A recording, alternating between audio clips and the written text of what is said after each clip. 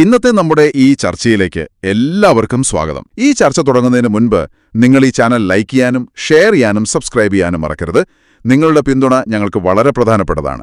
അപ്പോൾ ശരി, നമുക്ക് വിഷയത്തിലേക്ക് കടക്കാം. എന്റെ പ്രിയ കൂട്ടുകാരൻ, സുന്നത്ത് ജമാഅത്തിന്റെ കാര്യങ്ങളിൽ അൽഹംദുലില്ലാഹ് സജീവമായി അവിടുത്തെ സമയങ്ങൾ ദീനിനു വേണ്ടി ചെലവഴിക്കുന്ന ഒരു വ്യക്തിത്വമാണ്. അതുകൊണ്ട് എന്റെ പ്രിയപ്പെട്ട മുഅ്മിനീങ്ങളോട് മുഅ്മിനാത്തുകളോട് ഓർമ്മപ്പെടുത്തുന്നു, നമ്മളാൽ കഴിയുന്ന ഒരു ചെറിയ സഹായം അക്കൗണ്ടിലേക്ക് നിങ്ങൾ എത്തിച്ചു കൊടുക്കണം. നിങ്ങൾ നൽകുന്ന സ്വാലിഹായ സ്വതക്ക അള്ളാഹു നാളെ ദുനിയാവിലും ആഖിറത്തിലും വലിയ ഫലമുള്ള സ്വതക്കയായി അള്ളാഹു കബൂൽ ചെയ്യട്ടെ.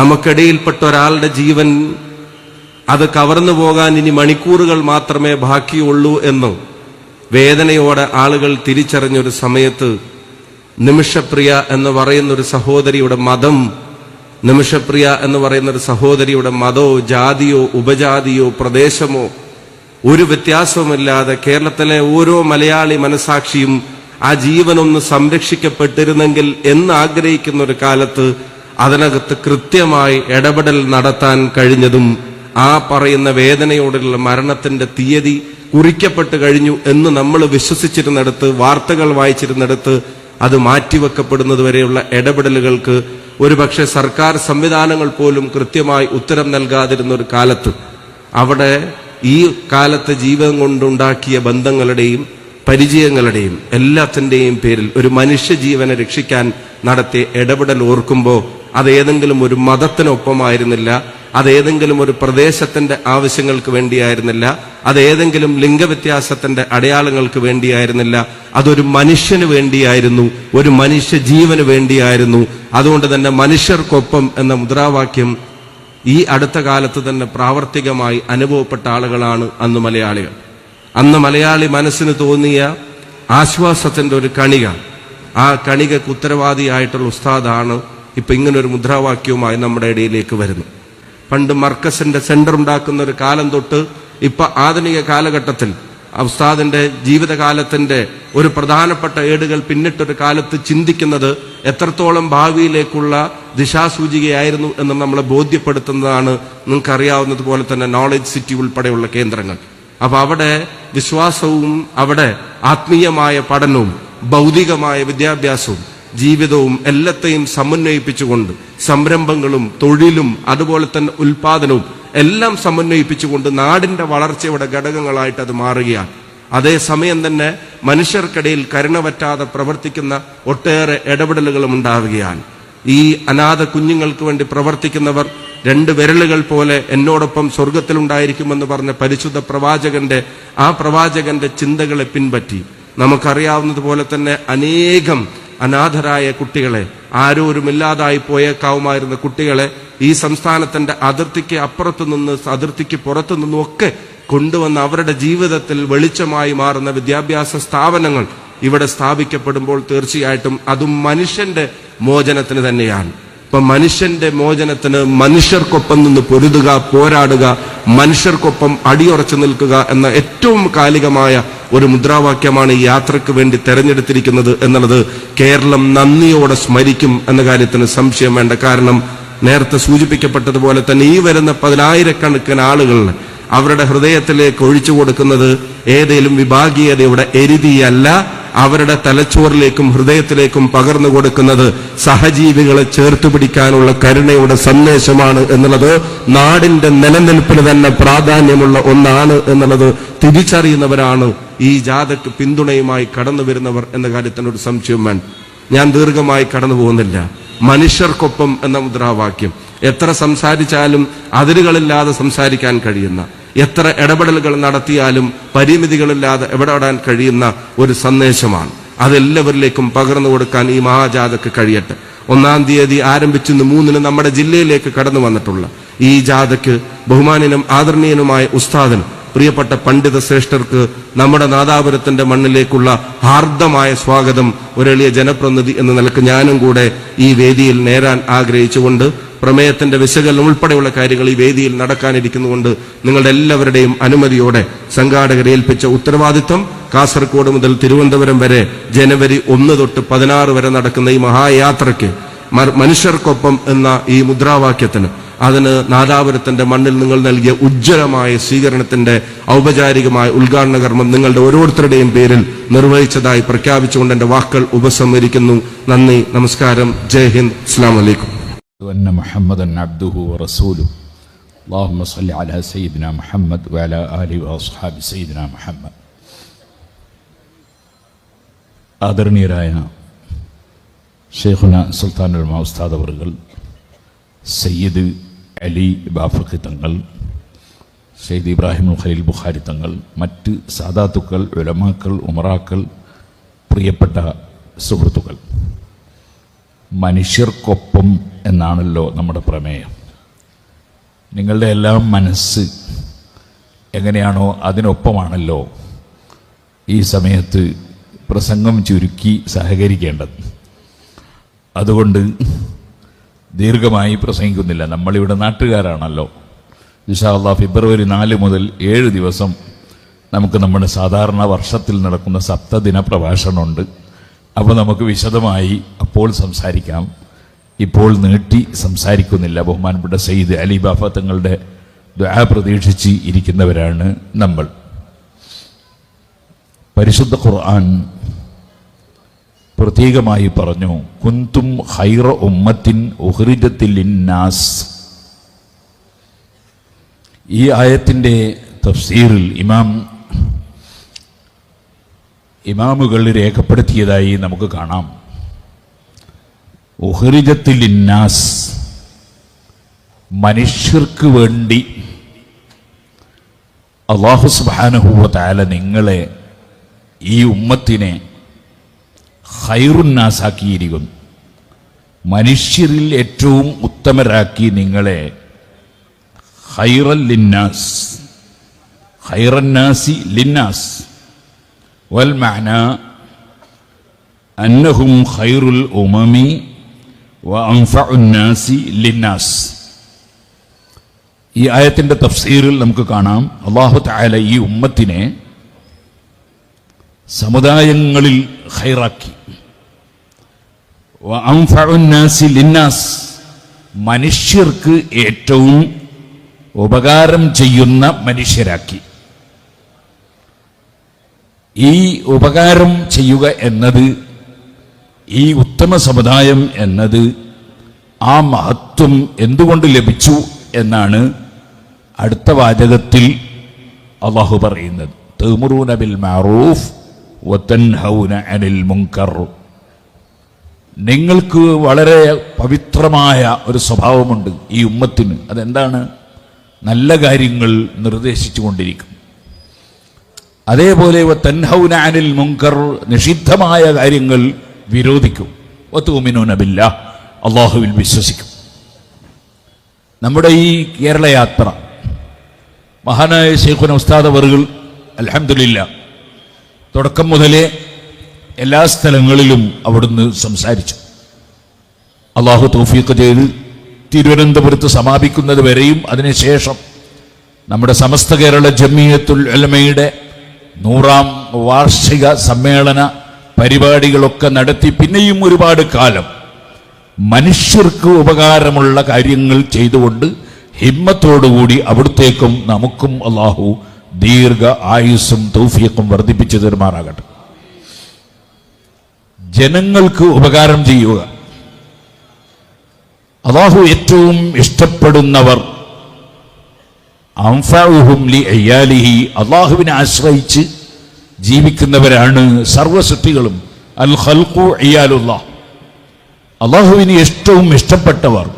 അൻഫഉഹും ലി അയാലിഹി, അവന്റെ ആശ്രിതരായ സൃഷ്ടികൾക്ക് ഏറ്റവും ഉപകാരം ചെയ്യുന്നവർ, ഏറ്റവും നല്ല കാര്യങ്ങൾ ചെയ്തു കൊടുക്കുന്നവർ. ഇങ്ങനെയാണ് അഷ്റഫുൽ ഖൽഖ് സല്ലല്ലാഹു അലൈഹി വസല്ലം നമ്മളെ പഠിപ്പിച്ചത്. അഹിബ്ബ ലിന്നാസി മാ തുഹിബ്ബു ലിനഫ്സിക് തകുൻ മുസ്ലിമൻ. ജനങ്ങൾക്ക്, മനുഷ്യർക്ക് നീ ഇഷ്ടപ്പെടണം. മാ തുഹിബ്ബു ലിനഫ്സിക്, നിന്റെ സ്വന്തത്തിൽ നീ എന്താണോ ഇഷ്ടപ്പെടുന്നത് അത് മറ്റുള്ളവർക്ക് ഇഷ്ടപ്പെടണം, മറ്റ് ജനങ്ങൾക്ക് ഇഷ്ടപ്പെടണം. തകുൻ മുസ്ലിമൻ, അപ്പോൾ നിനക്കൊരു മുസ്ലിം ആകാം. ഇങ്ങനെയാണ് നബി സല്ലല്ലാഹു അലൈഹി വസല്ലം തങ്ങളുടെ ഹദീസ് പഠിപ്പിക്കുന്നത്.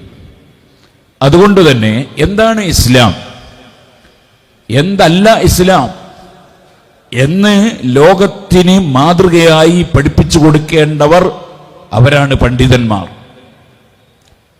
ആ പണ്ഡിതന്മാർ ഇവിടെ ഉയർത്തിപ്പിടിക്കുന്ന ഇത്തരത്തിലുള്ള വിശാലമായ ആശയങ്ങൾ, അതിന് എല്ലാ നല്ല മനുഷ്യരുടെയും സപ്പോർട്ട് ലഭിക്കുന്നു എന്നതാണ് നമ്മളിപ്പോൾ കണ്ടുകൊണ്ടിരിക്കുന്നതും നേരത്തെ അനുഭവിച്ചിട്ടുള്ളതും. അതുകൊണ്ടാണല്ലോ കഴിഞ്ഞ 2 കേരള യാത്രകളിലും മഹാനായ ശൈഖുനാ ഉസ്താദ് അവറുകൾക്ക് കിട്ടിയ സമൂഹത്തിന്റെ പിന്തുണ എല്ലാവർക്കും ഓർമ്മയുണ്ട്. ഇന്നിപ്പോൾ കണ്ണൂരിലും കാസർഗോഡും സ്വീകരണങ്ങൾ കഴിഞ്ഞു വരുമ്പോൾ പലപ്പോഴും മനസ്സിലിങ്ങനെ തോന്നി, കണ്ണൂരിലാകെ ഒരു സ്ഥലത്ത്, കാസർഗോഡിൽ ഒരു സ്ഥലത്ത് സ്വീകരണം. അപ്പോൾ കോഴിക്കോട് ജില്ലയിൽ നാളെ ഗംഭീരമായ സ്വീകരണം നാളെ മുതലക്കുളം മൈതാനിയുടെ പരിസരത്ത് നടക്കുകയാണ്. അപ്പം ഏതായിരുന്നാലും ഇന്ന് അത്ര വലിയ ഒരു ജനക്കൂട്ടം ഉണ്ടാവുകയില്ല, ഇത് കോഴിക്കോട് ടൗൺ അല്ലല്ലോ പ്രത്യേകിച്ചു എന്ന് വിചാരിച്ചു. പക്ഷേ ഞങ്ങൾ വീർപ്പ് മുട്ടിപ്പോയി. ഈ പ്രദേശത്തും ഇതിൻ്റെ പരിസരങ്ങളിലുമുള്ള എല്ലാ ജനങ്ങളും വളരെയേറെ സഹകരിച്ചു. ധാരാളം സഹായങ്ങൾ നൽകിയവരുണ്ട്. അള്ളാഹു അവർക്കെല്ലാം ഉന്നതമായ പ്രതിഫലം നൽകുമാറാകട്ടെ. ഞാനിപ്പോൾ പിന്നിലേക്ക് പോയപ്പോൾ പലരും വന്ന് പറഞ്ഞു, ദുആ ചെയ്യണം. നമ്മുടെ സ്ത്രീകൾ, പരിസരങ്ങളിലുള്ള സ്ത്രീകൾ, അവർ എന്തെല്ലാം വിഭവങ്ങളാണ് ഉണ്ടാക്കി കൊടുത്തയച്ചത്. എല്ലാവരും മഹാനായ ഉസ്താദ് അവറുകളുടെ ഈ കേരള യാത്രയെ മനസ്സറിഞ്ഞ് ആദരിക്കുകയും ബഹുമാനിക്കുകയും അംഗീകരിക്കുകയും ചെയ്യുകയാണ്. കാരണം ഒന്ന്, ഉസ്താദ് അവറുകളെ സംബന്ധിച്ചുള്ള ഒരു പരിചയമാണ്. നേരത്തെ ഇവിടെ മറ്റു പലരും സംസാരിച്ചതുപോലെ ഏത് മതം എന്ന് നോക്കാതെ സർവജനങ്ങൾക്കും ഉപകാരമുള്ളത് ചെയ്യുക എന്ന വിശാലമായ കാഴ്ചപ്പാടോടുകൂടി ഉസ്താദ് അവറുകൾ നേതൃത്വം നൽകുന്ന കേരള മുസ്ലിം ജമാഅത്ത്, നമ്മുടെ സംഘകുടുംബം മുഴുവനും ഇവിടെ നേരത്തെ ഒരു ആംബുലൻസ്, ഖത്തർ കമ്മിറ്റിയുടെ കീഴിലുള്ള ആംബുലൻസ് നേരത്തെ സൂചിപ്പിക്കപ്പെട്ടു. നേരത്തെ ഇവിടെ പ്രവർത്തിച്ചുകൊണ്ടിരിക്കുന്ന ഒരു ആംബുലൻസ് ഉണ്ട്, ഒരു പ്രവർത്തിക്കുന്ന വാഹനം ഉണ്ട്. എത്രയെത്ര മുസ്ലിം അമുസ്ലിം വ്യത്യാസമന്യേ എത്രയെത്ര വീടുകളിൽ കയറി വളരെ വിഷമിക്കുന്ന രോഗികളെ ശുശ്രൂഷിക്കുന്ന കാഴ്ചകൾ, അതിനെ മുസ്ലിങ്ങളെക്കാളുപരി അതിൻ്റെ ഫലം അനുഭവിക്കുന്നു എന്ന നിലക്ക് അമുസ്ലിം സുഹൃത്തുക്കൾ നമ്മെ പ്രോത്സാഹിപ്പിക്കുന്നത് നാം കാണുന്നു. ഞാൻ നീട്ടി സംസാരിക്കുന്നില്ല. എൻ്റെ കുട്ടിക്കാലത്ത് റമദാൻ 27 നമ്മളുടെ ഇവിടെ ഒരു എല്ലാ സ്ഥലങ്ങളിലും ഒരു വലിയ ഒരു സന്തോഷമുള്ള ഒരു ദിനാണ്. രാവിലെ വന്ന് ഇളനീർ പറിച്ചു തരുന്ന ഒരു ചാത്തു ഉണ്ടായിരുന്നു. ആ ചാത്തു എളമ്പാരേരി ചാത്തു എന്നാ പറയാം. രാവിലെ വന്ന് ഇളനീർ പറിച്ച് ചെത്തിവെക്കും അദ്ദേഹം. ഇപ്പോഴും നിങ്ങൾ കുറ്റ്യാടിയിൽ ചെന്ന് നോക്കൂ, സിറാജുൽ ഹുദയിൽ ഒരു ചാത്തു ഉണ്ടാവും. അത് അദ്ദേഹമല്ല, അദ്ദേഹം മരണപ്പെട്ടു പോയിട്ടുണ്ട്. ഇത് വേറൊരു ചാത്തുവാണ്. നമ്മുടെ ഈ പരിസരങ്ങളൊക്കെ അങ്ങനെ പരസ്പരം വലിയ സഹകരണത്തോടുകൂടി വളരെയേറെ ഉൾക്കൊണ്ട് ജീവിക്കുന്ന പരിസരങ്ങളാണ്. അതെല്ലായിടത്തും അങ്ങനെ ആകണം എന്നാണ് നാം ആഗ്രഹിക്കുന്നത്. എവിടെയെങ്കിലും അതിനെതിരായി വല്ലപ്പോഴും ഒറ്റപ്പെട്ട ചില സംഭവങ്ങൾ എവിടെയെങ്കിലും നടന്നുപോയെങ്കിൽ അതിനെ ആരും അംഗീകരിക്കുന്നില്ല, അംഗീകരിക്കാൻ വകുപ്പുമില്ല. മനുഷ്യൻ എല്ലാവരും ഒരേ മാതാപിതാക്കളുടെ മക്കൾ. ഭൂമി അള്ളാഹു പഠിപ്പിക്കുകയാണ്, അതവൻ സ്ഥാപിച്ചത് മനുഷ്യർക്ക് വേണ്ടിയാണ്, ഏതെങ്കിലും ഒരു വിഭാഗത്തിന് വേണ്ടിയല്ല. ഖലഖലകും മാ ഫിൽ അർളി ജമീഅ, ഭൂമിയിലുള്ളത് മുഴുവനും നിങ്ങളുടെ നന്മയ്ക്ക് വേണ്ടി സൃഷ്ടിച്ചിട്ടുള്ളതാണ്, മനുഷ്യർക്ക് വേണ്ടിയുള്ളതാണ്. ആ മനുഷ്യർ പരസ്പരം കലാപകാരികളും വെറുപ്പ് വെക്കുന്നവരുമാകാതെ എല്ലാവരും മാനുഷിക മൂല്യം മുറുകെ പിടിച്ച് സന്തോഷത്തോടെ ജീവിക്കണം. പക്ഷേ അങ്ങനെ ജീവിക്കുമ്പോൾ അനിവാര്യമായൊരു വിഷയമാണ് ഖുർആൻ പറയുന്നത്. ഉഖ്രിജത്തിൽ നാസ് തഅ്മുറൂന ബിൽ മഅറൂഫ് വതൻഹൗന അനിൽ മുൻകർ. നമ്മളിങ്ങനെ അടങ്ങിയിരുന്ന് അങ്ങനെ ജീവിച്ചു പോയാൽ പോരാ, മറിച്ച് നല്ല കാര്യങ്ങൾ കൽപ്പിക്കണം, ചീത്ത കാര്യങ്ങൾ വിരോധിക്കണം. അതിനുള്ള ഒരു നല്ല ടീം വർക്ക് ഇവിടെ നടക്കണം. അതാണ് ഈ ആയത്തിന്റെ കുറച്ച് മുമ്പ് അതേ സൂറത്തു ആലു ഇമ്രാനിൽ തന്നെ വൽതകും മിൻകും ഉമ്മത്തുൻ യദ്ഊന ഇലൽ ഖൈർ വയഅ്മുറൂന ബിൽ മഅറൂഫ് വയൻഹൗന അനിൽ മുൻകർ ഉലൈക ഹുമുൽ മുഫ്ലിഹൂൻ. നല്ലത് കൽപ്പിക്കുന്നവരും മോശമായത് വിരോധിക്കുന്നവരുമായ ഒരു സംഘം നിങ്ങളിൽ പ്രവർത്തന രംഗത്തുണ്ടാകണം. കേരള മുസ്ലിം ജമാഅത്ത് അങ്ങനെയുള്ളൊരു സംഘമാണ്. അതേപോലെ SYS അങ്ങനെയുള്ളൊരു സംഘമാണ്. SSF അങ്ങനെയുള്ളൊരു സംഘമാണ്. ഞങ്ങളൊക്കെ SSFിലൂടെ വളർന്നു വന്ന പ്രവർത്തകരാണ്. ഞങ്ങൾ പ്രവർത്തിക്കുന്ന ആദ്യകാലം മുതലേ മഹാനായ ശൈഖുന ഉസ്താദ് അവർകൾ പോലുള്ള പണ്ഡിതന്മാർ, താജുൽ ഉലമയും നൂറുൽ ഉലമയും കൻസുൽ ഉലമയും അവേലത്ത് തങ്ങളും ഫض്ലു തങ്ങളും അങ്ങനെ തുടങ്ങി നമ്മൾ കണ്ട നേതാക്കളെല്ലാം നമ്മളെ പഠിപ്പിച്ചത് ഈ ഒരു ആശയമാണ്. ഇന്നും അതുമായി മുന്നോട്ട് പോവുകയാണ് നമ്മുടെ സംഘടന. ഈ സംഘടന ഇല്ലായിരുന്നുവെങ്കിൽ, ഞാനൊരു ചെറിയ സൂചന പറയാൻ, നമുക്ക് ഇത്തരത്തിലുള്ള എന്തെങ്കിലും പ്രവർത്തനങ്ങൾ നടത്താൻ സാധിക്കുമായിരുന്നോ? ഏതെങ്കിലും വിദ്യാഭ്യാസ പ്രവർത്തനങ്ങൾ നടത്താൻ സാധിക്കുമായിരുന്നോ? നമ്മൾ കാണുന്നുണ്ടല്ലോ, എത്രയോ അതിഥി തൊഴിലാളികൾ നമ്മുടെ നാട്ടിൽ വരുന്നു. അവരിൽ പലരുടെയും അവസ്ഥ എന്താണ്? അവരിൽ പലരും മുസ്ലിങ്ങളാണെങ്കിൽ പോലും അവർക്ക് നിസ്കാരം അറിയില്ല, അവർക്ക് വുദു അറിയില്ല. എന്തുകൊണ്ട്? സമസ്ത കേരള ജമിയത്തുൽ ഉലമ 100 വർഷം ഇവിടെ പ്രവർത്തിച്ചതിന്റെ ഫലം നമ്മൾ അവരെ നോക്കുമ്പോൾ നമുക്ക് അനുഭവിക്കാൻ സാധിക്കും. അവിടെ ഇങ്ങനെയുള്ളൊരു കൂട്ടായ പ്രവർത്തനം സജീവമായി ഉണ്ടായില്ല. അതിന്റെ ഭവിഷ്യത്ത് ഇവിടെ വന്ന് ജോലി ചെയ്യുന്ന റഹ്മത്തുള്ള, സദഖത്തുള്ള എന്നൊക്കെ പേരുള്ള ആളുകളുടെ ജീവിത രീതി കാണുമ്പോൾ നമുക്ക് മനസ്സിലാക്കാൻ സാധിക്കും. സുഹൃത്തുക്കളെ, ഞാൻ നീട്ടി സംസാരിക്കുന്നില്ല. നല്ല കാര്യം കൽപ്പിക്കുക എന്ന് പറയുമ്പോൾ മറ്റുള്ള മുഴുവൻ കക്ഷികളുടെയും തെറ്റിദ്ധാരണകൾ അകറ്റുന്ന വിധത്തിൽ, ഇത്തഖൂം അവാദിയത്തുഹം, തെറ്റിദ്ധാരണകൾ അകറ്റുന്ന വിധത്തിൽ നമ്മുടെ പ്രവർത്തനങ്ങൾ നടക്കണം. അതേപോലെ മുസ്ലിം സമുദായം, അവർക്കും തെറ്റിദ്ധാരണകൾ ഉണ്ടാകാത്ത വിധം നമ്മളുടെ പ്രവർത്തനം നടത്തണം. ശൈഖുന ഉസ്താദ് അവറുകൾ ഇവിടെ നേരത്തെ ശൈഖ് അരിയുൽ കൂഫി ഖദ്ദസല്ലാഹു സിർറുൽ അസീസ് തങ്ങളെ സംബന്ധിച്ച് പറഞ്ഞു. അവിടുന്ന് വെള്ളപ്പാണ്ട് രോഗം അവിടുന്ന് ഇടപെടുമ്പോൾ, ചിലപ്പോൾ കൈവച്ചു കൊടുക്കുമ്പോൾ, അല്ലെങ്കിൽ പ്രാർത്ഥിച്ചു കൊടുക്കുമ്പോൾ, അല്ലെങ്കിൽ വെള്ളം മന്ത്രിച്ചു കൊടുക്കുമ്പോൾ സുഖപ്പെടുന്നു എന്ന് പറഞ്ഞു. ഔലിയാക്കൾക്ക് അങ്ങനെ സംഭവിച്ചിട്ടുണ്ട് എന്നത് ധാരാളം ഹദീസുകളിൽ, ഇമാം മുസ്ലിം റളിയല്ലാഹു അൻഹു റിപ്പോർട്ട് ചെയ്ത ഹദീസിൽ തന്നെ നമുക്ക് കാണാവുന്നതാണ്. ഇൽമു പഠിക്കാൻ തുനിഞ്ഞ ഒരു ചെറുപ്പക്കാരന്റെ നീണ്ട ഒരു സംഭവം ഇമാം മുസ്ലിം റിപ്പോർട്ട് ചെയ്യുന്ന ഹദീസിലുണ്ട്. അതിൽ കാണാം, ആ ചെറുപ്പക്കാരൻ മുഖേന എത്രയോ വെള്ളപ്പാണ്ട് രോഗം മാറുന്നു, എത്രയോ കണ്ണിന് കാഴ്ചയില്ലാത്തവർക്ക് കാഴ്ച ഉണ്ടാകും. എന്നാൽ പരിശുദ്ധ ഖുർആൻ വിശ്വസിക്കാത്ത ഒരു മുസ്ലിമും ഉണ്ടാവില്ലല്ലോ. പരിശുദ്ധ ഖുർആനിൽ തന്നെ മഹാനായ റൂഹുല്ലാഹി ഈസാ അലൈഹിസ്സലാത്തു വസ്സലാമിന്റെ മുഅ്ജിസത്തായി ഖുർആൻ പറയുന്നത് കാണാം, അന്നി അഖ്ലുഖു ലക്കും മിനത്ത്-തീനി കഹൈഅത്തി ത്വയ്രി ഫഅൻഫുഖു ഫീഹി വയകൂനു ത്വയ്റൻ ബിഇذനില്ലാഹ് വഉബ്രിഉൽ അക്മഹ വൽ അബ്റസ വഉഹ്യിൽ മൗതാ ബിഇذനില്ലാഹ്. അല്ലാഹുവിന്റെ ഉത്തരവോടുകൂടി, അല്ലാഹുവിന്റെ ഉദ്ദേശപ്രകാരം മഹാനായ നബിയുല്ലാഹി ഈസാ അലൈഹിസ്സലാത്തു വസ്സലാം വെള്ളപ്പാണ്ട് രോഗം സുഖപ്പെടുത്തുന്നു. ഞാൻ സുഖപ്പെടുത്തും എന്നാണ് മഹാനവർകൾ പറഞ്ഞു. അള്ളാഹുവിന്റെ ഉത്തരവ് പ്രകാരം ഞാൻ സുഖപ്പെടുത്തും, ഞാൻ അന്ധത സുഖപ്പെടുത്തും. അള്ളാഹുവിന്റെ ഉത്തരവ് പ്രകാരം ഞാൻ മരിച്ചവരെ ഹയാത്താക്കി തരും. ഈ മാസം നേരത്തെ ഉസ്താദ് അവറുകളോട് ഞാൻ ഓർമ്മിപ്പിച്ചു, മഹാനായ മർഹൂം കിഗന ഉസ്താദിനെ അനുസ്മരിക്കുന്ന മാസമാണ്. ഉസ്താദ് അവറുകൾ ദുആ ചെയ്തു, അല്ലാഹു തആല ശൈഖുൽ മശായിഖിന കിഗന ഉസ്താദ് അവറുകളുടെ ദർജ വർദ്ധിപ്പിച്ചു കൊടുക്കുമാറാകട്ടെ.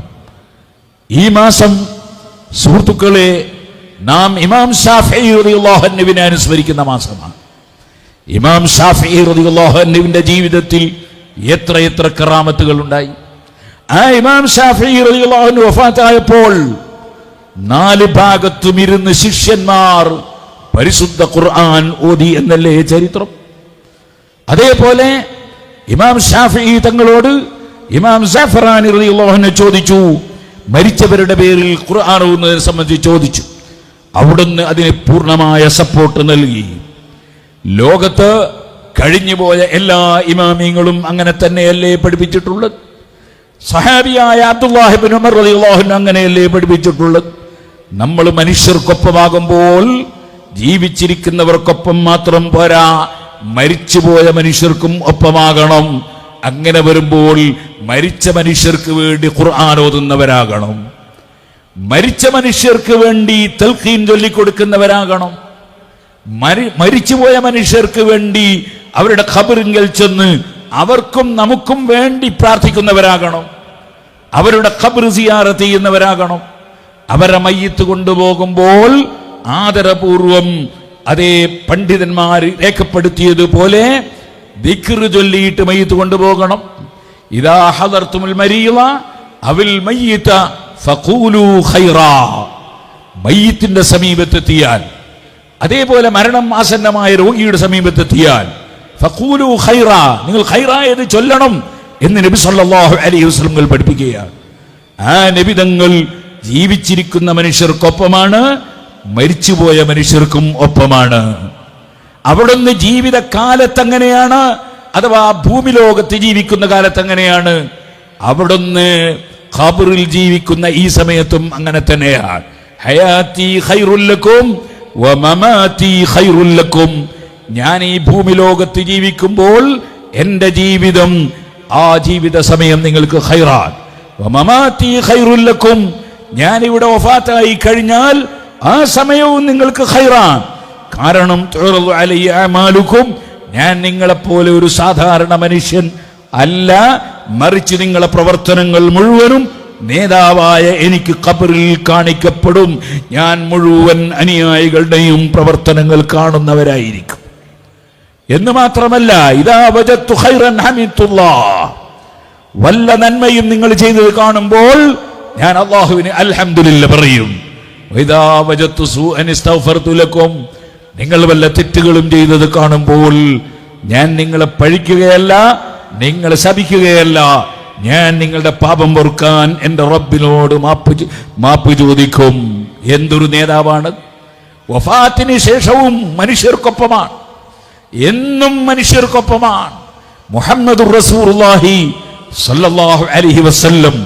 അതുകൊണ്ടല്ലേ ഇബ്നു കസീർ അടക്കമുള്ള പണ്ഡിതന്മാർ അവരുടെ തഫ്സീറിൽ ഇമാം നവവി അടക്കമുള്ള മുഴുവൻ ഇമാമിങ്ങളും രേഖപ്പെടുത്തിയത്, പാപങ്ങൾ ചെയ്തു പോയവൻ, അങ്ങനെ പാപം ചെയ്തു പോയാൽ ഖുർആൻ പഠിപ്പിച്ചു, വലൗ അന്നഹും യളമു അൻഫുസഹും ജാഊക്, ഓ നബിയെ തങ്ങളെ സമീപിക്കട്ടെ. അള്ളാഹുവിനോട് ചെയ്തു പോയ തെറ്റ് അത് പൊറുക്കാൻ നബിതങ്ങളെ സമീപിക്കണം എന്ന് ഖുർആൻ. ഇവിടെ ഇമാം റാസി റളിയല്ലാഹു അൻഹു രേഖപ്പെടുത്തിയില്ലേ? കാരണം എന്താണ്?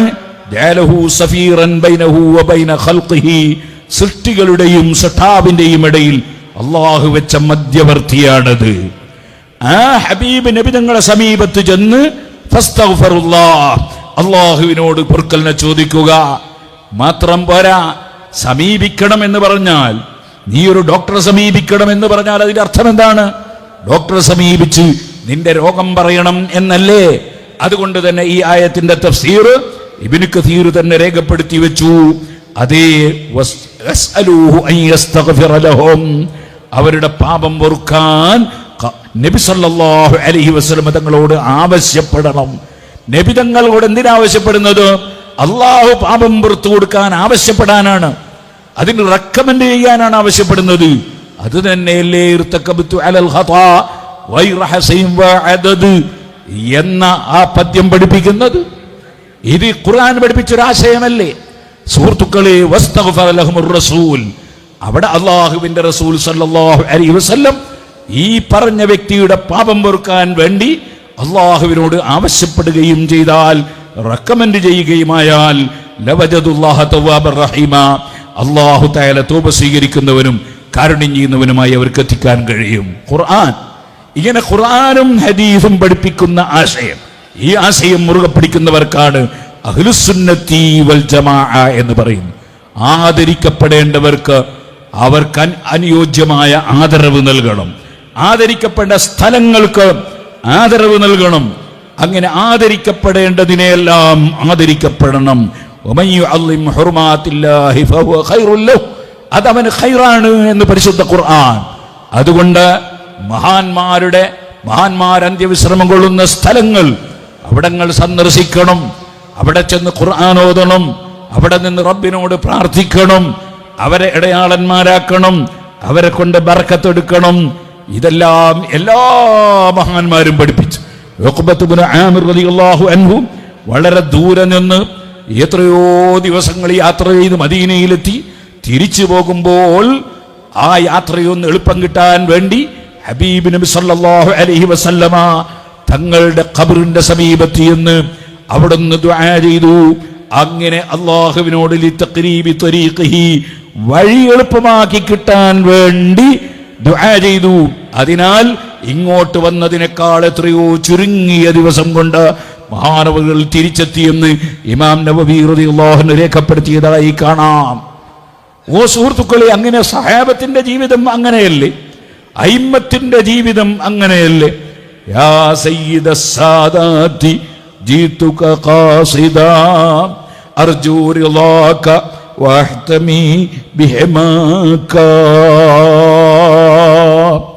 4 മദ്ഹബിന്റെ ഇമാമിങ്ങളിൽ സഹാബികളെ കാണാൻ ഭാഗ്യം ലഭിച്ച ഇമാമായ ഇമാമുൽ അഅ്ലം വൽ അഖ്ദം അബൂ ഹനീഫത്തുൽ കൂഫി റളിയല്ലാഹു അൻഹു നബി സല്ലല്ലാഹു അലൈഹി വസല്ലം തങ്ങളെ വിളിച്ചിട്ട് പച്ചയായി ഇസ്തിഗാസ ചെയ്തില്ലേ?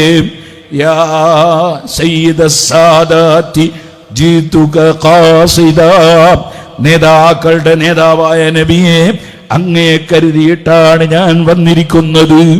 കാരണം നേതാക്കൾ എന്ന് പറഞ്ഞാൽ അനുയായികളുടെ പ്രശ്നം പരിഹരിച്ചു കൊടുക്കുന്നവരാണല്ലോ. അങ്ങേ കരുതിയിട്ടാണ് വന്നത്. അർജൂ റിളാക വഅഹ്തമി ബിഹിമാക, അങ്ങയുടെ പൊരുത്തം ആഗ്രഹിച്ചുകൊണ്ടാണ് വന്നത്. ഓ നബിയേ, അങ്ങയുടെ കാവൽ കൊണ്ട് കാവൽ അതാക്കുന്നവനായിട്ടാണ് വന്നത്. ഇമാം അബൂ ഹനീഫ റളിയല്ലാഹു അൻഹു നബി തങ്ങളെ വിളിച്ച് ഇസ്തിഗാസ ചെയ്തില്ലേ? സഹാബത്ത് ഇസ്തിഗാസ ചെയ്തില്ലേ? സുഹൃത്തുക്കളെ, ഞാനതിലേക്ക് ഇപ്പോൾ കടന്ന് സംസാരിക്കുകയല്ല. അഹ്ലുസുന്നത്തി വൽ ജമാഅത്തിന്റെ കൈവശം ഒരന്ധവിശ്വാസവുമില്ല, അതേ ഒരക്രമവാസനയുമില്ല, അതേ ഒരനീതിയുമില്ല, ഒരഴിമതിയുമില്ല. അഹ്ലുസുന്നത്തി വൽ ജമാഅ ഖുർആൻ എന്താണോ പഠിപ്പിക്കുന്നത്, ഹദീസുകൾ എന്താണോ പഠിപ്പിക്കുന്നത്, അത് നന്നായി ഗ്രഹിച്ച സഹാബത്ത് അവരെന്താണോ പഠിപ്പിച്ചത്, അവരിൽ നിന്ന് പഠിച്ച അയിമ്മത്ത് എന്താണോ നടപ്പാക്കിയത്, അത് സ്വീകരിക്കുന്നവരാണ് അഹ്ലുസുന്നത്തി വൽ ജമാഅ. അവിടെയാണ് മഹാനായ മർഹൂം കീന ഉസ്താദ് ഉള്ളത്. അവിടെയാണ് അവിടുത്തെ ഉസ്താദായ ശംസുൽ ഉലമാ ഖുത്ബി മുഹമ്മദ് മുസ്ലിയാർ ഉള്ളത്. അവിടെയാണ് ആ ഖുത്ബി മുഹമ്മദ് മുസ്ലിയാർ അവരുടെ ഉസ്താദായ കുഞ്ഞഹമ്മദ് ഹാജി നവറല്ലാഹു മർഖദഹും അവരുള്ളത്.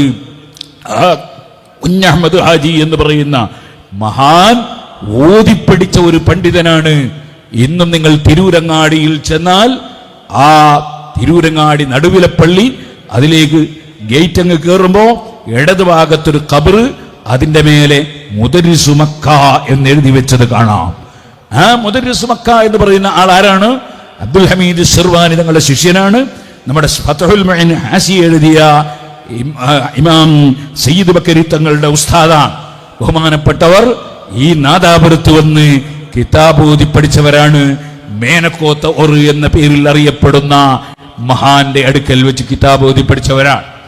ഇവിടെ നിന്ന് ഓതി പഠിച്ചുകൊണ്ടിരിക്കുമ്പോൾ മഹാനവറുകൾ ഉസ്താദിന്റെ അടുക്കൽ ഫത്വ കൊടുക്കാൻ വേണ്ടി ഒരാൾ വന്നപ്പോ ഫത്വ എഴുതി കൊടുക്കാൻ വേണ്ടി ശിഷ്യനായ കോടഞ്ചേരി മുസ്ലിയാരെ ഏൽപ്പിച്ചു. വളരെ കൃത്യമായി നല്ല കയ്യക്ഷരത്തിൽ എഴുതി കൊടുത്തു. ആ സന്തോഷത്തിൽ വന്നവർ 50 രൂപ അതേ പാരിതോഷികമായി കൊടുത്തു. ആ 50 രൂപയെടുത്ത് ഉസ്താദേ ഞാൻ ഹജ്ജിന് പോകട്ടെ എന്ന് സമ്മതം ചോദിച്ചു. വേഗം ഒരു മോട്ടോർ ബൈക്ക് വാങ്ങട്ടെ എന്നല്ല ചിന്തിച്ചത്. അങ്ങനെ സുബ്ഹാനല്ലാഹ് ഹജ്ജിന് പോകാൻ വേണ്ടി മഹാനവറുകൾ തീരുമാനിച്ചു. ഉമ്മയോട് സമ്മതം വാങ്ങി. ഉമ്മയോട് വലിയ കടപ്പാടുണ്ട്. കാരണം കുട്ടിക്കാലത്ത് ഒന്നും തലയിൽ കയറാത്ത ഒരാളായിരുന്നു.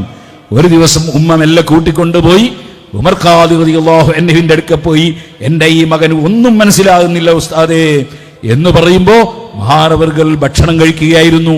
ഒരു പിടി ഭക്ഷണം വാരിയിട്ട് വായിൽ വെച്ച് കൊടുത്തിട്ട് പറഞ്ഞു, ഇവന്റെ കാര്യത്തിൽ പരിഭവിക്കണ്ട, ഇവൻ മഹാപണ്ഡിതനാകും. അതാണ് സുഹൃത്തുക്കളെ സുന്നത്ത് ജമാഅത്തിന്റെ മുൻഗാമികളായ സാലിഹീങ്ങളായ നമ്മുടെ മുൻഗാമികൾ. ആ മുൻഗാമികളെ പിന്തുടർന്ന് ആ ഉമർ ഖാദിയല്ലേ നബി സല്ലല്ലാഹു അലൈഹി വസല്ലം റൗദ ശരീഫിന്റെ അടുക്കൽ പോയിട്ട് ദീർഘമായ സമയം ഇസ്തിഗാസ ചെയ്ത് പദ്യം ചൊല്ലിയത്. ആ മഹാന്മാരെ പിന്തുടർന്നുകൊണ്ടാണ് ഇവിടെ കുഞ്ഞഹമ്മദ് ഹാജി അവർ ഉണ്ടായത്. ഇതേപോലെ സമസ്ത കേരള ജമിയത്തുൽ ഉലമയുടെ 23 വർഷത്തോളം പ്രസിഡന്റായി തുടർന്ന ബഹുമാനപ്പെട്ട വാളക്കുളം അബ്ദുൽ ബാരി മുസ്ലിയാർ നവറല്ലാഹു മർഖദഹു പാനായിക്കുളം ഉസ്താദ് അവർക്ക് പാങ്ങിൽ അഹമ്മദ് മുസ്ലിയാർ അവർ പ്രസിഡന്റായിരുന്ന കാലത്ത് വൈസ് പ്രസിഡന്റായി സേവനം ചെയ്യുമ്പോൾ ഉസ്താദ് അവരുടെ രോഗമായ സമയത്ത് അവിടുന്ന് വിഷമിക്കുന്ന സമയത്ത് എല്ലാ നേതൃത്വവും നൽകി ശേഷം മഹാനവറുകൾ 23 കൊല്ലത്തോളം സമസ്ത കേരള ജമിയത്തുൽ ഉലമയുടെ പ്രസിഡന്റായി തുല്യതയില്ലാത്ത സേവനം ചെയ്തു. ആ വാളക്കുളം അബ്ദുൽ ബാരി മുസ്ലിയാർ നവറല്ലാഹു മർഖദഹു അവർ ഈ നാദാപുരത്ത് വന്ന് കുഞ്ഞഹമ്മദ് മുസ്ലിയാർ അവരുടെ അടുക്കൽ നിന്ന് കിതാബ് ഓതി പഠിച്ച മഹാനാണ്. അങ്ങനെ വലിയ പാരമ്പര്യമുള്ള ഒരു പ്രദേശമാണ് നമ്മുടെ ഈ നാദാപുരവും പരിസരങ്ങളും. എന്നാൽ ഈ കുഞ്ഞഹമ്മദ് മുസ്ലിയാർ അവர்கள் മേനക്കോത്തോറാണെങ്കിലോ പാറക്കടവില് അതേ അലി ഇബ്നു അഹ്മദുൽ ഹമദാനി എന്ന് പറയുന്ന ഹമദാനിൽ നിന്ന് വന്ന മഹാപണ്ഡിതനായിരുന്ന അഹമ്മദുൽ ഹമദാനി എന്നവരുടെ മകനായ കുറ്റ്യാലി മുസ്ലിയാർ എന്ന പേരിൽ അറിയപ്പെട്ട അലി ഷെയ്ഖ് അലി എന്ന് പറയുന്ന മഹാൻ അവരുടെ അടുക്കൽ വെച്ച് കിതാബ് ഓതി പഠിച്ച ആളാണ്. ഇവിടെ ഉണ്ടായിരുന്ന മേനക്കോത്തൂർ എന്ന് പറയുന്നവർ. ഈ പാറക്കടവും നാദാപുരവും അതിന് വലിയ ചരിത്രങ്ങളുണ്ട്. ഇപ്പോൾ ഞാൻ അതിലേക്ക് കടന്ന് സംസാരിക്കുന്നില്ല.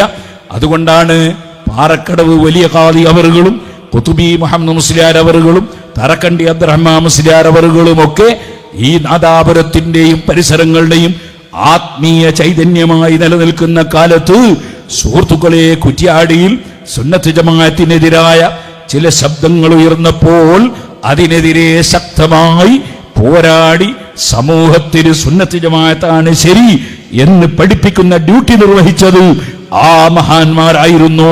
അല്ലാഹു സുബ്ഹാനഹു വ തആല അവരെ പിന്തുടർന്നുകൊണ്ട് അതേ പാതയിൽ ജീവിച്ച് മരിക്കാൻ നമുക്കും തൗഫീഖ് നൽകുമാറാകട്ടെ. ആദ്യമായി ഞങ്ങൾക്ക് ഇത്രമേൽ വലിയ ഒരു ജ്ഞാനസമ്പന്നമായ വേദിക്ക് അവസരം നൽകിയ ഈ ചെറുവാടി സ്വദേശികൾക്ക്, ഇതിൻ്റെ പ്രിയപ്പെട്ട സംഘാടകർക്ക് പ്രത്യേകം അഭിനന്ദനം അറിയിക്കുകയാണ്. സംവാദങ്ങളുടെ വലിയ ചിരകാല ചരിതമുള്ള ഒരു മണ്ണുകൂടിയാണ് ഈ ചെറുവാടി. ഈ ചെറുവാടിയിൽ നബിദിനാഘോഷം എന്ന പേരിൽ ഒരു സംവാദം നടക്കുമ്പോൾ 2016 ജനുവരിയിൽ ഇതുപോലെ കണ്ണൂരിലെ കമ്പിൽ വെച്ച് ഞങ്ങളുടെ ആദരണീയരായ ഉസ്താദുമാർ അവർ ഈ വിഷയത്തിൽ നടത്തിയ സംവാദത്തിൽ അവർ കുഴിച്ചു മൂടിയ പെട്ടിക്ക് 1000 ആണികൾ അടിക്കുന്നതായിരുന്നു ഈ ചെറുവാടിയിലെ സംവാദം എന്ന് ഞങ്ങൾ വളരെ ആത്മവിശ്വാസത്തോടു കൂടി പറയുകയാണ്. ഇതൊരിക്കലും വ്യക്തിപരമായി ഞങ്ങളുടെ അഹങ്കാരമോ അവകാശവാദങ്ങളോ അല്ല. പരിശുദ്ധ ദീനിന്റെ നിയമങ്ങൾ പറഞ്ഞ ആധികാരികരായ പണ്ഡിതന്മാരുടെ ഇമാമുമാരുടെ മാർഗരേഖയിലും രീതിശാസ്ത്രത്തിലും തന്നെ ഉറച്ചു നിൽക്കുന്നു എന്ന ഒറ്റ കാരണത്താൽ മാത്രം ഞങ്ങൾക്ക് സാധ്യമാകുന്ന ഒറ്റ കാര്യം കൂടിയാണിത്. പരിശുദ്ധമായ അഹ്ലുസുന്നത്തി വൽ ജമാഅയുടെ സംസ്ഥാപനത്തിനും അതിന്റെ സംരക്ഷണത്തിനും വേണ്ടിയാണ് സമസ്ത കേരള ജംഇയ്യത്തുൽ ഉലമയുടെ കീഴിലുള്ള ആദർശ വിഭാഗമായ ഇസ്തിഖാമ റിസർച്ച് കൗൺസിൽ എന്ന ഞങ്ങളുടെ ആദർശ പഠന വിഭാഗം കാലങ്ങളായിട്ട് പ്രവർത്തിച്ചു വരുന്നത്. ആദരണീയരായ സമസ്തയുടെ കേന്ദ്ര മുഷാവറ അംഗം ബഹുമാനപ്പെട്ട ശൈഖുന അബ്ദുൽ ഗഫൂർ അൻവരി ഉസ്താദ്, MT അബൂബക്കർ ദാരിമി ഉസ്താദ്, മുസ്തഫ അഷ്റഫി ഉസ്താദ് തുടങ്ങിയ വളരെ പ്രഗത്ഭരായ പണ്ഡിതർ നേതൃത്വം നൽകുന്ന ആ വൈജ്ഞാനിക സംഘത്തിന്റെ ധന്യതയോടെ അഭിമാനിക്കാം. 100ാം വാർഷിക മഹാസമ്മേളനത്തിന്റെ പടിവാതിൽക്ക് ഞങ്ങൾ എത്തി നിൽക്കുമ്പോൾ ഈ ചെറുവാടിയിലെ സംവാദം ഒരിക്കൽ കൂടി കേരളത്തിന്റെ പൊതുമണ്ഡലത്തിന് ഒരു സാക്ഷ്യപ്പെടുത്തൽ നൽകുന്നു. ഈ നബിദിനാഘോഷത്തിന് സമാനമായ ആദർശ വിഷയങ്ങളിൽ കഴിഞ്ഞ 100 കൊല്ലക്കാലത്തെ പരിണാമങ്ങളില്ലാത്ത ശരിയേതാണ്, വൈരുദ്ധ്യങ്ങളില്ലാത്ത ശരിയേതാണ്, വിരോധങ്ങളില്ലാത്ത ശരിയേതാണ്? ഓരോ സംവാദങ്ങളിലും നാൾക്കുനാൾ വന്ന് ഇമാമുമാരെ തള്ളിപ്പറയേണ്ട ഗതികേടില്ലാത്ത ശരിയുടെ മാർഗമേതാണ്? അതാണ് അഹ്ലുസുന്നത്തി വൽ ജമാഅയെ പ്രതിനിധാനം ചെയ്യുന്ന സമസ്ത. അടുത്ത 100 കൊല്ലത്തേക്കുള്ള ആദർശത്തിന്റെ ശരി ഏതാണെന്ന സാക്ഷ്യപ്പെടുത്തൽ കൂടിയാണിതെന്ന് സാന്ദർഭികമായിട്ട് ഞങ്ങൾ ഓർമ്മപ്പെടുത്തുകയാണ്. ഈ സംവാദത്തെക്കുറിച്ച് നമുക്കറിയാമല്ലോ, ഇവിടെ കൃത്യമായി ഒരു വാദങ്ങൾ തമ്മിലുള്ള ഏറ്റുമുട്ടൽ നടന്ന സംവാദമാണ്. ഇതൊരിക്കലും കവലപ്രസംഗങ്ങളല്ല, ഞാൻ പഠിച്ചത് പറയലോ പാടുകയോ ചെയ്യേണ്ട വേദിയല്ല. വാദങ്ങളുണ്ട് ഇവിടെ. എന്തായിരുന്നു ഞങ്ങളുടെ വാദം? ഞങ്ങളുടെ പ്രധാനപ്പെട്ട വാദം നബിദിനാഘോഷം പുണ്യകർമ്മമാണ്. ഈ നബിദിനാഘോഷം പുണ്യകർമ്മമാണ് എന്ന വാദവുമായിട്ട് ഞങ്ങൾ വരുമ്പോൾ ആ വാദത്തെ നിങ്ങൾ എങ്ങനെയാണ് പ്രതിരോധിക്കേണ്ടത്? ഇത് പുണ്യകർമ്മമല്ല, ഇതാ ഇന്ന ആയത്ത്. നബിദിനാഘോഷം പുണ്യകർമ്മമല്ല, ഇന്ന ഹദീസ്. നബിദിനാഘോഷം പുണ്യകർമ്മമല്ല, ഇന്ന ഇമാം. ഇങ്ങനെ എണ്ണി എണ്ണി പറയേണ്ടതിന് പകരം ആ ചോദ്യത്തെ പരാമർശിക്കാനോ ആ വാദത്തെ ഒന്ന് സ്പർശിക്കുക പോലും ചെയ്തിട്ടില്ല. ഈ സംവാദത്തിന്റെ മണിക്കൂറുകൾ നീണ്ട CD നിങ്ങളൊന്ന്, അതിന്റെ ലൈവ് നിങ്ങളൊന്ന് പരിശോധിക്കുക. നബിദിനാഘോഷം പുണ്യകർമ്മമല്ലെന്ന് ഒരൊറ്റ ആയത്ത് 6236 ആയത്തുകളിൽ നിന്ന് ഇവർ ഓതിയോ? ഏതെങ്കിലും ഒരു ഹദീസ് പ്രാമാണികമായിട്ട് ഓതിയോ? ഏതെങ്കിലും ആധികാരികമായ പണ്ഡിതരുടെ രേഖ ഞങ്ങളുടെ ഈ വാദത്തെ നഖ്ല് ചെയ്യാൻ ഇവർ ഓതിയോ? ഇതല്ലേ മുനാദറ, ഇതല്ലേ ഡിബേറ്റ്, അതല്ലേ ചെയ്യേണ്ടിയിരുന്നത്? എന്നാൽ അതൊന്നും ചെയ്തില്ല എന്ന് മാത്രമല്ല, അവർക്കൊരാളെയും തെരഞ്ഞിട്ട് അവർക്ക് കിട്ടിയില്ലെന്ന് മാത്രമല്ല, നബിദിനാഘോഷത്തെ പുണ്യകരമാണെന്ന് പറഞ്ഞത് ആരൊക്കെയാണ്? ഞങ്ങൾ യോഗം ചേർന്ന് ഇന്നലെയോ പറഞ്ഞതാണോ? നിങ്ങൾ ഈ വസീലത്ത് ശിർക്കൊക്കെ ഉണ്ടാക്കിയെടുത്തതുപോലെ അത് കേവല ആരോപണമല്ല, അത് നിങ്ങളുടെ മാർഗഭ്രംശത്തിന്റെ മാനദണ്ഡമാണ് എന്നതുപോലെ ഞങ്ങൾ ഉണ്ടാക്കിയെടുത്തതല്ല. ഇതിന് ആധികാരിക രേഖയുണ്ട്. ഇത് ഹാഫിദ് ഇബ്നു ഹജർ റളിയല്ലാഹു അൻഹു ഇതിന് ഏതാണ് ഇതിന്റെ മാനദണ്ഡം എന്ന് പറഞ്ഞിട്ടുണ്ട്. നിങ്ങൾ പറയെടുത്തു ഇമാമുമാരെ രേഖയായിട്ട് നിങ്ങൾ ഉദ്ധരിക്കാറില്ലേ? നിങ്ങൾ ഇബ്നു ബാസിനെയും ആലുശൈഖിനെയും ഒക്കെ അല്ലേ വസീലത്തു ശിർക്കിന്റെ താരീഫിന് രേഖയാക്കിയത്? അങ്ങനത്തെ നിങ്ങൾക്ക് എന്തുകൊണ്ടാണ് ഹാഫിദ് ഇബ്നു ഹജർ തങ്ങൾ രേഖയാകാതെ പോയത്? ഇമാം സുയൂത്തി, ഇമാം സഖാവി തുടങ്ങിയ പണ്ഡിതന്മാർ പറഞ്ഞു വെക്കുകയാണ്. നിങ്ങൾ ഇസ്ലാഹി പ്രസ്ഥാനത്തിന്റെ നവോത്ഥാന ശില്പികളെന്ന് നിങ്ങളുടെ പാഠപുസ്തകത്തിൽ കൊച്ചുമക്കളെ പഠിപ്പിച്ചു കൊടുത്ത ഷാ വലിയുല്ലാഹി ദഹ്ലവി, സർഹിന്ദി, അവരൊക്കെയും ഇതിനെ അംഗീകരിച്ചു. ഇന്ത്യയിലുള്ളവർ എന്ന് പറഞ്ഞു. നിങ്ങൾ അതിനെ സ്പർശിച്ചതുപോലുമില്ല. നിങ്ങളുടെ സ്ഥാപിതകാല നേതാക്കൾ അന്ധവിശ്വാസത്തിന്റെ ഭൂതക്കണ്ണാടി ഉപയോഗിച്ച് കേരള മുസ്ലിമീങ്ങളെ സ്കാൻ ചെയ്തെടുത്ത് അവരുടെ ഓരോ കർമ്മങ്ങളുടെ മേലും ബിദ്അത്തിന്റെ കരിമ്പടം പുതക്കാൻ ശ്രമിച്ച KM മൗലവിയെ പോലെയുള്ള EK മൗലവിയെ പോലെയുള്ള ആളുകൾക്ക് പോലും ചികഞ്ഞു നോക്കിയിട്ട് കണ്ടെത്താൻ കഴിയാത്ത ഒരു കാര്യമായിരുന്നു. അവർ പോലും ഇത് പുണ്യകരമാണെന്നാ പറഞ്ഞത്. അതിനാണ് എന്ന ആയത്തോതിയത്. ഇവരൊക്കെ പുണ്യകരമാണെന്ന് പറയുമ്പോൾ എവിടെയെങ്കിലും ഒരു വാക്ക് പറയണ്ടേ? ഒന്നെങ്കിൽ ഞങ്ങൾ അതിനെ അംഗീകരിക്കുന്നില്ല, KM മൗലവി ഞങ്ങൾ തള്ളുന്നു എന്ന് പറയണ്ടേ?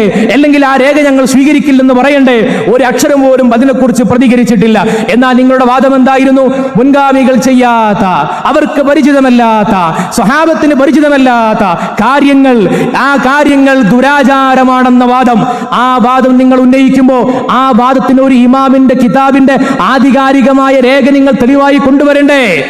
ഏതെങ്കിലും ഒരു വിശുദ്ധ ഖുർആൻ കൊണ്ട് നിങ്ങൾ അതിനെ തെളിയിച്ചോ? ഹദീസ് കൊണ്ട് തെളിയിച്ചോ? തെളിയിച്ചില്ലെന്ന് മാത്രമല്ല, ഞങ്ങൾ ഉന്നയിച്ച 9 ചോദ്യങ്ങളും നിങ്ങളുടെ ആ വാദത്തെ ഗണ്ണിക്കുന്ന ചോദ്യങ്ങളാണ്. പാരമ്പര്യമില്ല, പരിചയമില്ല, അവർക്ക് പരിചയമില്ല, ആ കാലത്ത് ഉണ്ടായിട്ടില്ല എന്നതുകൊണ്ട് ഒരു കാര്യം ദുരാചാരമാവുകയില്ലെന്ന് മാത്രമല്ല, അത് പുണ്യകർമ്മമാണെന്ന് നിങ്ങളുടെ ആധികാരിക നേതാവ് ഇബ്നു തൈമിയ്യ പോലും വിശ്വസിച്ച് സർക്കൽമങ്ങൾ ചെയ്തതിന്റെ ചോദ്യങ്ങളാണ് ഞങ്ങൾ ചോദിച്ചത്. എന്നാൽ നിങ്ങൾ ഈ പറയുന്ന വാദം ഇമാമുകളുടെ പിൻബലമില്ല, ആയത്തിന്റെ പിൻബലമില്ല, ഹദീസില്ല, പിന്നെ എവിടുന്ന് കിട്ടി? അത് നിങ്ങൾക്ക് കിട്ടിയത് ഖാദിയാനികളിൽ നിന്നാണ്. ഖാദിയാനികളുടെ മോഡേണിസത്തിന്റെ സോഫ്റ്റ്വെയറാണ് നിങ്ങൾ ഉപയോഗിച്ചത്. ഇസ്ലാമിക് മോഡേണിസ്റ്റുകളുടെ, മെറ്റീരിയലിസ്റ്റുകളുടെ, റഷീദ് റിളയെ പോലെയുള്ള മതയുക്തിവാദികളുടെ സോഫ്റ്റ്വെയറാണ് നിങ്ങൾ ഉപയോഗിച്ചത്. ആരാണ് ഖാദിയാനികൾ? പരിശുദ്ധമായ ഖുർആനിനെ ദുർവ്യാഖ്യാനിക്കുന്നവരല്ലേ? പ്രവാചകത്വത്തിന്റെ ഖത്മുൻ നുബുവ്വത്തിനെ നിഷേധിക്കുന്നവരല്ലേ? ആ ഖാദിയാനികൾ പറഞ്ഞിട്ടുണ്ടെങ്കിലും കുഴപ്പമില്ല എന്ന മട്ടിലല്ലേ ഇവിടെ അവതരിപ്പിച്ചത്? ഒരു രേഖയും ഉദ്ധരിക്കാൻ കഴിഞ്ഞില്ലെന്ന് മാത്രമല്ല, നിങ്ങൾ കൊണ്ടുവന്നത് മുഴുവനും ഖാദിയാനികളുടെ അടക്കമുള്ളവരുടെ വാദമായിരുന്നു എന്നതിനെ കുറിച്ച് നിങ്ങൾ പുനർവിചിന്തനം നടത്തണം.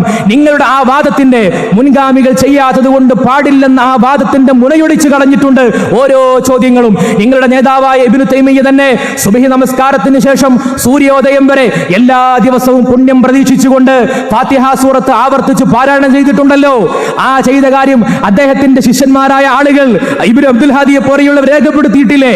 എങ്കിൽ ആ ഇബ്നു തൈമിയ്യ ഒരു പ്രത്യേക കൂലി പ്രതീക്ഷിച്ചുകൊണ്ട് ഒരു പ്രത്യേക കാര്യത്തെ പതിവാക്കിയിട്ട് നബി തങ്ങൾ ചെയ്യാത്ത, സ്വഹാബത്ത് ചെയ്യാത്ത, സലഫുസ് സാലിഹീകൾക്ക് പരിചയമില്ലാത്ത ഒരു കാര്യം ചെയ്ത ഇബ്നു തൈമിയ്യ അയാൾ മുബ്തദി ആണെന്ന് നിങ്ങൾ പറയേണ്ടി വരില്ലേ? ആ ഇബ്നു തൈമിയ്യ ഒരു ആയത്ത് ഇങ്ങനെ ഓതി, ആ ആയത്തിന്റെ സമാനമായ തെളിവ് അള്ളാഹുവിന്റെ റസൂലിനോട് മുനാജാത്ത് നടത്തുമ്പോൾ സദഖ കൊടുക്കണമല്ലോ, എങ്കിൽ അള്ളാഹുവിനോടുള്ള മുനാജാത്തിൽ ഔലയാണെന്ന് പറഞ്ഞ് തെളിവ് സ്വീകരിച്ചപ്പോൾ ഞങ്ങളതിനെ കൊണ്ടുവന്നു. എന്നിട്ട് ആ രേഖ പോലും കാണാതെ അത് മൻസൂഖാണെന്ന് തട്ടിവിടുകയല്ലേ ചെയ്തത്? എത്ര വലിയ വിഡ്ഢിത്തമാണ്! ഇബ്നു തൈമിയ്യ മൻസൂഖായ ഒരു കാര്യം അറിയാതെ അമൽ ചെയ്യുന്ന ആളാണെന്നല്ലേ നിങ്ങൾ ഈ അണികളെ പഠിപ്പിച്ചുകൊണ്ടിരിക്കുന്നത്? നിങ്ങളുടെ മാനദണ്ഡങ്ങൾ ഒന്നൊന്നായി ഞങ്ങൾ പൊളിച്ചു കളയുകയല്ലേ ചെയ്തത്? മഹാനായ ഹാഫിദ് ഇബ്നു ഹജർ അസ്ഖലാനി റളിയല്ലാഹു അൻഹു നിസ്കാരത്തിൽ ഒരു പുതിയ ദിക്റിനെ കൊണ്ടുവരാൻ ഒരു സംസ്കരിക്കുന്ന ആൾക്ക് അനുവാദമുണ്ടോ എന്ന കാര്യത്തെ വിശകലനം ചെയ്തുകൊണ്ട് അത് അനുവദനീയമാണെന്നൊരു ഹദീസിനെ അടിസ്ഥാനപ്പെടുത്തി ദലീൽ സ്വീകരിച്ചു. എന്നാൽ നിങ്ങൾ അതിനെ എതിർക്കുകയാണ് ചെയ്തത്. അങ്ങനെ പുതിയ രീതിയെ കൊണ്ടുവരാമെന്ന് പറഞ്ഞ ഹാഫിദ് ഇബ്നു ഹജർ തങ്ങൾ മുബ്തദി ആണോ എന്ന ചോദ്യത്തിന് നിങ്ങൾക്ക് മറുപടി ഉണ്ടായിട്ടില്ല. അസംഖ്യം ഇമാമുമാരെ പറഞ്ഞു, അതിനും മറുപടി ഉണ്ടായിട്ടില്ല. അവസാനം ഞങ്ങൾ ചോദിച്ചു, എങ്കിൽ ഇനി നിങ്ങൾ ഇതൊന്നും പാടില്ലെന്ന് പറഞ്ഞ കെ എം മൗലവിക്ക് അനുവദനീയമായിരുന്നു, ഇ കെ മൗലവിക്ക് തെളിവുണ്ടായിരുന്നു, അൽമനാറിന് 1950-കളിൽ രേഖയുണ്ടായിരുന്നു, ഇത് പുണ്യകർമ്മമായിരുന്നു. അവർക്കൊന്നും ഇതിന്റെ രേഖ കിട്ടിയിട്ടില്ല. പിന്നെ നിങ്ങൾക്ക് ഈ രേഖ കിട്ടിയ ഡേറ്റ്, ആ ഡേറ്റ് ഒന്ന് ഞങ്ങൾക്കറിയണം. ഡേറ്റ് ഓർമ്മയില്ലെങ്കിൽ ദിവസം, ഇല്ലെങ്കിൽ മാസമെങ്കിലും അറിഞ്ഞാൽ കേരള ചരിത്രത്തിന്റെ ആർക്കൈവുകളിൽ രേഖപ്പെടുത്തി വെക്കാമായിരുന്നു എന്ന കൊതിയോടെയാണ് ഞങ്ങളത് പറഞ്ഞു വെച്ചത്. പക്ഷേ നിങ്ങൾ അതിന് മറുപടിയില്ല. നോക്കൂ, നിങ്ങൾ ഇത് ആധികാരികമായി രേഖപ്പെടുത്തപ്പെട്ടു എന്ന് മാത്രമല്ല, നിങ്ങളുടെ ചോദ്യത്തിൽ ആകെ പരിഗണനീയമായ ഒരു ചോദ്യമുണ്ടായത് നബി സല്ലല്ലാഹു അലൈഹി വസല്ലമ തങ്ങളുടെ ജന്മദിനം ആരെങ്കിലും ആഘോഷിച്ചിട്ടുണ്ടോ എന്നാണ്. ബഹുമാനപ്പെട്ട ഉദവി ഉസ്താദ് ഇവിടെ പറഞ്ഞു, അള്ളാഹുവിന്റെ റസൂൽ സല്ലല്ലാഹു അലൈഹി വസല്ലമ തങ്ങൾ തന്നെയാണ് അവിടുത്തെ ജനനത്തിൽ സന്തോഷം പ്രകടിപ്പിച്ചത്, അത് നിഅമത്താക്കിയത്, ആ സന്തോഷ പ്രകടനം നടത്തിയത്. ഏതാ രേഖ? നിങ്ങളുടെ ആധികാരിക പണ്ഡിതൻ ഇബ്നുൽ ഖയ്യിം തന്നെ പറയുകയാണ്, നബി സല്ലല്ലാഹു അലൈഹി വസല്ലമ തങ്ങൾ അഖീഖത്ത് അറുത്തിട്ടുണ്ട്. നബി തങ്ങൾക്ക് വേണ്ടി എന്തിനാ അഖീഖത്ത് അറുത്തത്? എന്തിനാണ് അഖീഖത്ത്? അത് ഇമാം സുയൂത്തി റളിയല്ലാഹു അൻഹുവിനെ പോലെയുള്ളവർ രേഖപ്പെടുത്തി. അത് നബിദിനാഘോഷത്തിന്റെ തെളിവാണ്. എന്തുകൊണ്ടാണ് തെളിവ്? അത് സന്തോഷ പ്രകടനമാണ്. ആരാ സന്തോഷ പ്രകടനമാണെന്ന് പറഞ്ഞത്? നിങ്ങളുടെ ഇബ്നുൽ ഖയ്യിം തന്നെ പറയുന്നു, അഖീഖത്ത് എന്ന് പറഞ്ഞ പടി തന്നെ അത് ഇൽഹാറുൻ നിഅമത്താണ്. ഇത് നബി തങ്ങൾ തന്നെ ചെയ്തിട്ടുണ്ടെങ്കിൽ പിന്നെ എന്തിനാ വേറെ രേഖ? നിങ്ങൾക്ക് സംഘടനയുണ്ടാക്കാൻ നിങ്ങൾക്ക് ആയത്തിൽ ഇജ്തിഹാദ് നടത്താം, ഞങ്ങൾക്ക് നബിദിനം നടത്താൻ, നബി തങ്ങളോടുള്ള സ്നേഹപ്രകടനങ്ങളെ വിവിധ രൂപങ്ങളിലൂടെ നടപ്പിൽ വരുത്താൻ ഞങ്ങൾ റസൂലുള്ളാഹി സ്വല്ലല്ലാഹു അലൈഹി വസല്ലം തങ്ങളുടെ ആധികാരികമായ ഹദീസാ ഉദ്ധരിച്ചത്, ആയത്താ ഉദ്ധരിച്ചത്. ആയത്ത് കൊണ്ടുള്ള തഫ്സീറാ പറഞ്ഞത്. ആ തഫ്സീർ ഏറ്റവും നല്ല തഫ്സീറുകളാണ് അങ്ങനെയുള്ളത് എന്ന് നിങ്ങൾ തന്നെയാണ് രേഖപ്പെടുത്തി വെച്ചത്. പ്രമാണങ്ങൾ ഏറ്റുമുട്ടിയപ്പോൾ വിജയം അഹ്ലുസുന്നക്കായിരുന്നു. അൽഹംദുലില്ലാഹ്. അസ്സലാമു അലൈക്കും.